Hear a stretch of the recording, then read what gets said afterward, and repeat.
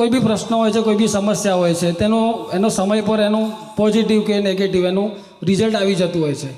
છતાં બી આપણું મન જે છે તે મન એના વિશે જ વિચારા કરે છે, અને જે વિચારે છે તે બી નેગેટિવ જ વિચારે છે. આપણે નક્કી કરો મારે જીવનમાં એક પોઝિટિવ રહેવું છે, પોઝિટિવ પ્રયત્ન કરવા છે. આપણે નક્કી કરવાનું.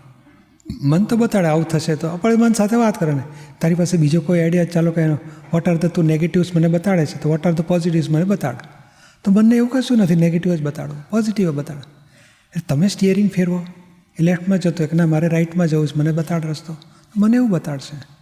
એને હંમેશા એમ લાગે કે આવું થશે તો ચાલો એ વાત સાંભળીએ, વોટ આર ધ પોઝિટિવ મને બતાડો.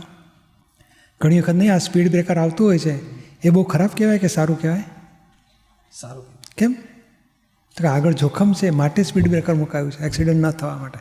એટલે એવી રીતે જીવનમાં પણ મુશ્કેલીઓ એ હિતકારી હોય છે.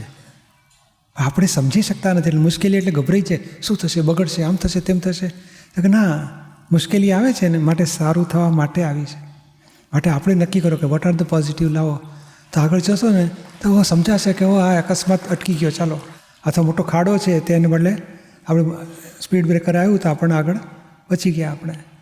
એટલે આવી રીતે દરેક પ્રસંગમાં પોઝિટિવ શોધી કાઢવાનો. પોઝિટિવ શોધશો ને, તમે નક્કી કરશો ને તો મન પછી એ બાજુ વળી જશે, વાર જ નહીં લાગે. આપણે નક્કી કરવાનું કે મારે નેગેટિવમાં રહેવું, નેગેટિવના પક્ષમાં રહેવું છે કે પોઝિટિવના?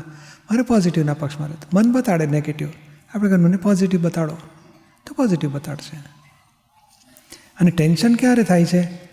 શું કરીશ એ કરવાપણાથી ટેન્શન હોય છે. કારણ ધાર્યું થાય એવું છે દુનિયા આપણા હાથમાં છે નથી.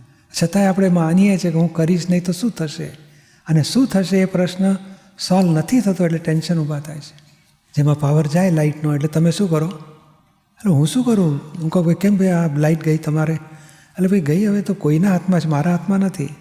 એટલે જે આપણા હાથમાં નથી એમાં આપણે ટેન્શન નથી કરતા, આપણા હાથમાં છે એવું માનીએ છીએ.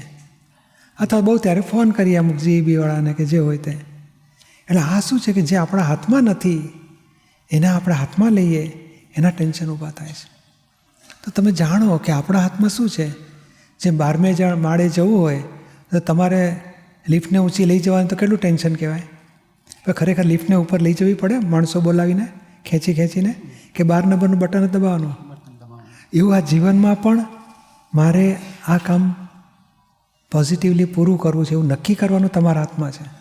પછી સંજોગ મળે ને એ આપણા હાથમાં નથી, એ કુદરતના હાથમાં છે. માટે ટેન્શન ક્યારે થાય? આ નહીં થાય તો ક્યારે થશે? તમે નક્કી કરીને મૂકી દો ને, 12મો પોઈન્ટ દબાવો, તમારી લિફ્ટ આખી 12મે માળે જતી રહેશે. તમે ભાવ પકડી રાખો, પછી આગ્રહ ના રાખો.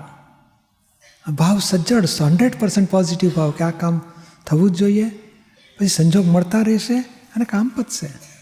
પછી ટેન્શન પણ નહીં થાય અને પોઝિટિવ પણ રહેવાશે. સમજાયું ને?